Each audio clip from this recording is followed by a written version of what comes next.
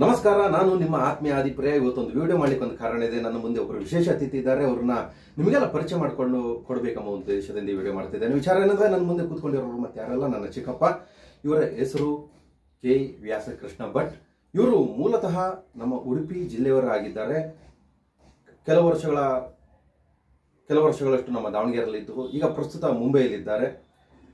ಇವರ ಹತ್ರ ಒಂದಿಷ್ಟು ಜ್ಞಾನ ಭಂಡಾರ ಇದೆ. ಯಾವ ರೀತಿ ಅಂದರೆ, ಒಂದಿಷ್ಟು ನಮ್ಮ ದೇಶದ ಪೊಲಿಟಿಕಲ್ ವ್ಯಕ್ತಿಗಳು ಇರ್ಬೋದು, ನಟ ನಟಿಯರು ಇರ್ಬೋದು, ಆಟಗಾರರು ಇರ್ಬೋದು.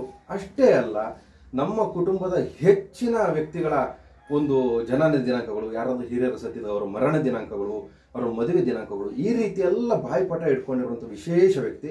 ಇದು ನಾವು ಸಣ್ಣ ಬಾಲ್ಯದಿಂದಲೂ ನಮಗೆಲ್ಲ ಗೊತ್ತಿರುವಂಥದ್ದು. ಆದರೆ ಇವತ್ತು ನಿಮಗೂ ಕೂಡ ಪರಿಚಯ ಮಾಡಿಕೊಡ್ಬೇಕೆಂಬ ಉದ್ದೇಶದಿಂದ ಈ ವಿಡಿಯೋ ಮಾಡ್ತಿದ್ದೇನೆ. ಬನ್ನಿ, ಅವ್ರನ್ನ ಪರಿಚಯ ಮಾಡಿಕೊಂಡು ಒಂದಿಷ್ಟು ವ್ಯಕ್ತಿಗಳ ಬಗ್ಗೆ ಒಂದು ಡೇಟ್ಗಳನ್ನ ಕೇಳೋಣ. ಬನ್ನಿ. ನಮಸ್ಕಾರ ಚಿಕ್ಕಪ್ಪ. ಕೃಷ್ಣ ಭಟ್. ನಮಸ್ಕಾರ. ನಮಸ್ಕಾರ. ಈಗ ನಿಮ್ಗೊಂದಿಷ್ಟು ವ್ಯಕ್ತಿಗಳು ನಾನು ಜನ್ಮ ದಿನಾಂಕಗಳನ್ನ ಕೇಳ್ತೇನೆ. ಯಾರಾದ್ರಲ್ಲಿ ಹಿರಿಯ ವ್ಯಕ್ತಿಗಳು ಮರಣ ಆಗಿದ್ರೆ ಆ ದಿನಾಂಕಗಳು ಕೂಡ ಕೇಳ್ತೇನೆ. ನಮ್ಮ ಒಂದು ವೀಕ್ಷಕ ವರ್ಗಕ್ಕೆ ನಿಮ್ಮನ್ನು ಪರಿಚಯ ಮಾಡಿಕೊಡ್ಬೇಕು ಅಂತ ಉದ್ದೇಶಕ್ಕೆ ಕೇಳ್ತಿದ್ದೇನೆ. ಮೊಟ್ಟ ಮೊದಲಿಗೆ ನಮ್ಮ ಈ ದೇಶದ ಮೊದಲ ಪ್ರಧಾನಮಂತ್ರಿಗಳಾದಂತಹ ಜವಾಹರ್ಲಾಲ್ ನೆಹರು ಅವರ ಒಂದು ಜನನ ದಿನಾಂಕವನ್ನು ನೀವು ಹೇಳ್ಬೋದು. ಹೇಳಿ. 14/11/1889. ಅವರು ತೀರ್ಕೊಂಡಿದ್ದು 27/5/1964. ನೋಡಿ ವೀಕ್ಷಕವರ್ಗ, ಅವರು ಏನಿಗೆ ಹೇಳ್ತಿದ್ದಾರೆ ಆ ಡೇಟ್ಗಳು ನೀವು ಗೂಗಲ್ ಕೂಡ ಮಾಡಿ ಚೆಕ್ ಮಾಡಬಹುದು.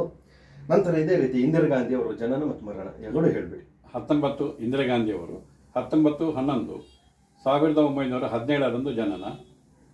31/10/1984 ನಿಧನವಾಗಿದ್ದಾರೆ.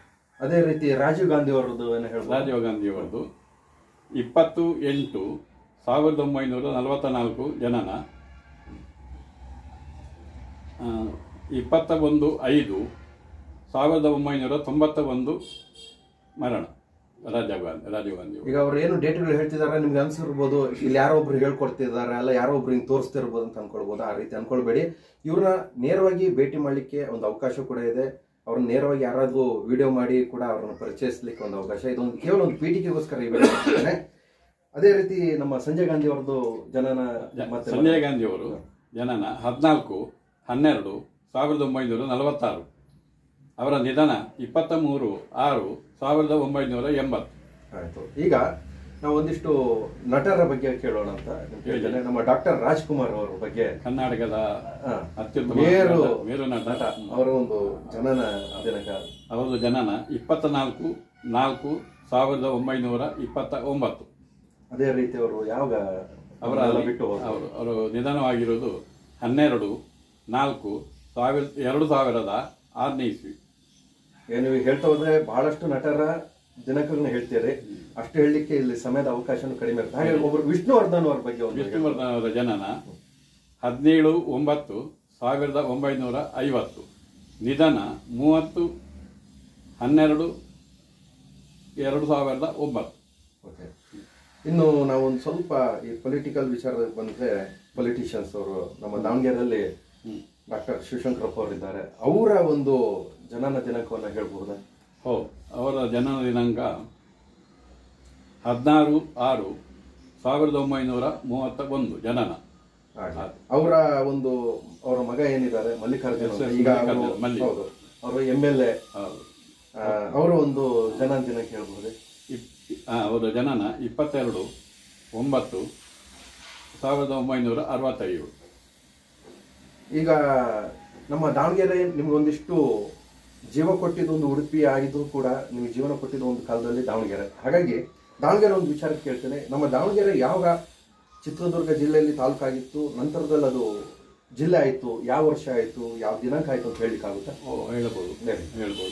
15/8/1997. ಆಗಲಿ, ಸಂತೋಷ.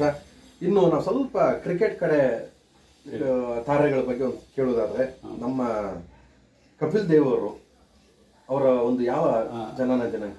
ಅವರ ಜನನ ದಿನಾಂಕ 6/1/1959 ಜನನ. ಇನ್ನು ಅವರು ನಮಗೆಲ್ಲ ಗೊತ್ತಿರೋ ಮೊದಲ ವಿಶ್ವಕಪ್ ತಂದು ಕೊಟ್ಟವರು ಅವರೇ. ಹಾಗಾಗಿ ಆ ಮೊದಲ ವಿಶ್ವಕಪ್ ಯಾವಾಗ ನಮಗೆ ಲಭಿಸ್ತು? ಅದು 25/6/1983.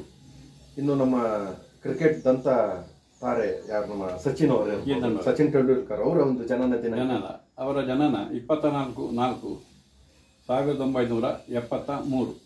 ಮತ್ತೆ ಈ ಹಿಂದೆ ಕೂಡ ನಾನು ನಿಮ್ಮ ಹತ್ರ ಕೇಳಿದ್ದೇನೆ, ಬೇರೆಯವ್ರು ಗೊತ್ತಾಗ್ಲಿ ಅಂತ ಕೇಳ್ತಿದ್ದೇನೆ.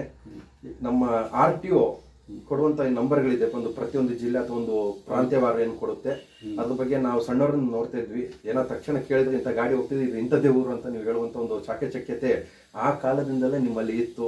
ಇವತ್ತೆಲ್ಲ ನಾವೆಲ್ಲ ಗೂಗಲ್ಗೆ ಎಲ್ಲ ಒಗ್ಗೂಡಿಕೊಂಡು ಏನಾದ್ರು ಬೇಕು ಅಂದ್ರೆ ಎಲ್ಲ ಗೂಗಲ್ ಮಾಡುವಂಥದ್ದು. ಬಟ್ ನಮ್ಮ ಕಾಲದಲ್ಲಿ ನೀವೇ ನಮಗೆಲ್ಲ ಮಿನಿ ಗೂಗಲ್ ಇದ್ದಾಗೆ. ಹಾಗಾಗಿ ನಮ್ಮ ಒಂದು ಜನಗಳಿಗೆ ಒಂದು ಪರಿಚಯ ಮಾಡಿಕೊಳ್ಳಲಿಕ್ಕೋಸ್ಕರ ಒಂದು ಕೇಳ್ತೇನೆ. KA27 ಇದು ಯಾವ ಜಿಲ್ಲೆಗೆ ಸಂಬಂಧಪಟ್ಟಂತ ಒಂದು RTO ನಂಬರ್? ಅದು ಮೊದಲು ಧಾರವಾಡ ಜಿಲ್ಲೆಗೆ ತಾಲೂಕಾಗಿದ್ದಂಥದ್ದು ಹಾವೇರಿ ಅಂತೇಳಿ. ಓಕೆ. ಈಗ ಹಾವೇರಿ ಆಲ್ರೆಡಿ ಡಿಸ್ಟಿಕ್ ಈಗ. ಓಕೆ. ಅದೇ KA27. ಇನ್ನು ಯಾವುದೋ ಒಂದು ಬಾಯಿ ಬಂದು ನಾನು ಕೇಳ್ತೇನೆ, ನನಗೆ ಗೊತ್ತಿಲ್ಲ. KA48 ಬಿಜಾಪುರ ಡಿಸ್ಟಿಕ್ಗೆ ಮೊದಲು, ಬಿಜಾಪುರ ಡಿಸ್ಟಿಕ್ಕಿಗೆ ಅದು ತಾಲೂಕು ಜಮಖಂಡಿ ಅಂತೇಳಿ. KA48. KA69 ಅದು ರಾಣಿಬೆನ್ನೂರು ಅಂತೇಳಿ. ಮೊದಲದು ಧಾರವಾಡಕ್ಕೆ ತಾಲೂಕಾದ ಇದ್ದಂಥ ಪ್ಲೇಸ್ ಅದು. ಇದು ಹಾವೇರಿ ಡಿಸ್ಟಿಕ್ ಆದ ತಕ್ಷಣ ರಾಣಿಬೆನ್ನೂರು ಅದಕ್ಕೆ ತಾಲೂಕಾಗಿ. ಈಗ RTO ನಂಬರ್ ಒಟ್ಟು ಎಲ್ಲಿಗೆ ಎಂಡ್ ಆಗುತ್ತೆ? ಈಗ ಪ್ರೆಸೆಂಟಿಗೆ 71 ಉಂಟುಂತೆ. ಓಕೆ, ಅಷ್ಟೇ, 71 ಇಲ್ಲ. ಇನ್ನು ನಿಮ್ಮ ಹತ್ರ ಕೇಳ್ತಾ ಹೋದ್ರೆ ನೀವು ಹಲವಾರು ಡೇಟ್ಗಳನ್ನ ಹೇಳ್ತೀರ, ನಮಗೆ ಗೊತ್ತು. ಇದೊಂದು ಚಿಕ್ಕದಾಗಿ ಚೊಕ್ಕದಾಗಿ ಒಂದು ವಿಡಿಯೋ ಮಾಡುವ ಒಂದು ಉದ್ದೇಶದಿಂದ ಮಾಡ್ತಾ ಇದ್ದೇನೆ. ಇನ್ನೊಂದು ಏನಂದ್ರೆ, ಎಲ್ಲ ಹೇಳಿದ್ರೆ ಈಗ ನನ್ನದೊಂದು ಹುಟ್ಟಿದ ಡೇಟ್ ಹೇಳ್ಬೋದು? ಹೇಳಿ. ಪಕ್ಕ ಹೇಳಿದ್ದೇನೆ. Thank you. ಇಷ್ಟೊತ್ತು ನಮ್ಮ ಜೊತೆ ಮಾತಾಡಿ ನಮ್ಮ ಸ್ನೇಹಿತ ವರ್ಗಕ್ಕೆಲ್ಲ ಪರಿಚಯ ಮಾಡಿಕೊಟ್ಟಿದ್ದಕ್ಕೆ ತುಂಬಾ ಧನ್ಯವಾದಗಳು ಹೇಳ್ತಾ ಈ ವಿಡಿಯೋ ಮುಗಿಸ್ತಿದ್ದೇನೆ. ಧನ್ಯವಾದಗಳು. ಇಲ್ಲಿವರೆಗೆ ನೀವೇನು ಡೇಟ್ಗಳನ್ನ ಕೇಳ್ಕೊಂಡ್ರಿ, ಅದನ್ನು ನೀವು ಬೇಕಾದ್ರೆ ಒಂದು ಗೂಗಲ್ ಮಾಡಿ ಚೆಕ್ ಮಾಡ್ಬೋದು. ಇಂತಹ ವ್ಯಕ್ತಿಗಳಿಗೆ ಆಗೆಲ್ಲ ಒಂದು ದೊಡ್ಡ ಪ್ಲಾಟ್ಫಾರ್ಮ್ ಸಿಗಲಿಲ್ಲ. ಇಲ್ಲಾಂದ್ರೆ ಅವತ್ತಿನ ಕಾಲಕ್ಕೆ ಒಂದು ಕಡೆ ಪಕ್ಷ KS ಎಕ್ಸಾಮ್ ಕೂತ್ಕೊಂಡು ಬರೆಯೋದಿದ್ರೆ ಇವರೆಲ್ಲ ಎಲ್ಲೋ ಪಾಸ್ ಆಗ್ತಿದ್ರು. ಆದ್ರೆ ಅವತ್ತಿನ ಕಾಲಕ್ಕೆ ಒಂದು ಹೊತ್ತಿನ ಊಟಕ್ಕೂ ಕಷ್ಟ ಇತ್ತು. ಅದು ನಮ್ಮ ಮನೆತನ ಅಂತಲ್ಲ, ಹೆಚ್ಚಿನ ಮನೆತನಗಳು 99% ಕೂಡ ಎಲ್ಲರೂ ಕಷ್ಟಪಟ್ಟು ಮುಂದೆ ಬಂದವರು. ಇವತ್ತು ಆ ಕಾಲಕ್ಕೆಲ್ಲ ನೋಡಿದ್ರೆ ನಾವೆಲ್ಲ ಸ್ವಲ್ಪ ಸುಖವಾಗಿ ಇದ್ದೇವೆ. ನಮ್ಮದೇ ಕಾಲದಲ್ಲಿ ಒಂದಿಷ್ಟು ಬೇರೆ ರೀತಿ ಕಷ್ಟಗಳಿರ್ಬೋದು, ಆದರೆ ಅವ್ರ ಕಾಲದಲ್ಲಿ ಬೇಸಿಕ್ ಥಿಂಗ್ಸಿಗೆ ಸ್ವಲ್ಪ ಕಷ್ಟ ಇತ್ತು. ಅಂಥ ಕಾಲದಲ್ಲೂ ಕೂಡ ಇವರು ಒಂದು ಹಂತಕ್ಕೆಲ್ಲ ಬೆಳೆದು ಇವತ್ತು ಉತ್ತಮ ಮಟ್ಟದಲ್ಲಿ ಇದ್ದಾರೆ. ಈ ವಿಡಿಯೋ ನೋಡೋದಕ್ಕಾಗಿ ಧನ್ಯವಾದಗಳು. ನಾನು ನಿಮ್ಮ ಆತ್ಮೀಯ ಆದಿಪ್ರಿಯ. ಧನ್ಯವಾದ.